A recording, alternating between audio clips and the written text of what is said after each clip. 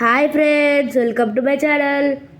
ఈరోజు మేము ఈ వీడియోలో భగవద్గీత మొదటి అధ్యాయంలోని 3-4 శ్లోకాలు వాటి తాత్పర్యంతో చెప్పబోతున్నాను. ఇప్పుడు 3వ శ్లోక. పశ్చేతాం పాండుపుత్రాణం ఆచార్యమహతిహించము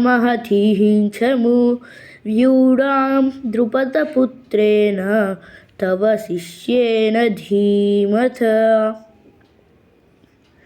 ఇప్పుడు 4వ శ్లోక.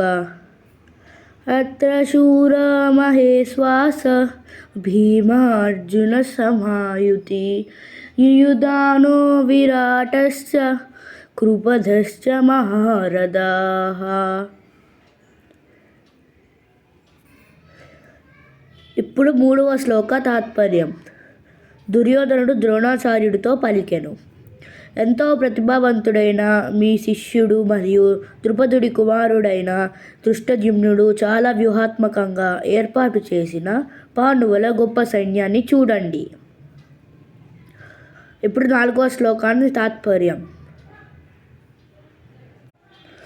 దుర్యోధనుడు ద్రోణాచార్యుడితో పలికెను, ఈ పాండవ సైన్యంలో ఎంతో ధైర్యవంతులు, అస్త్రాల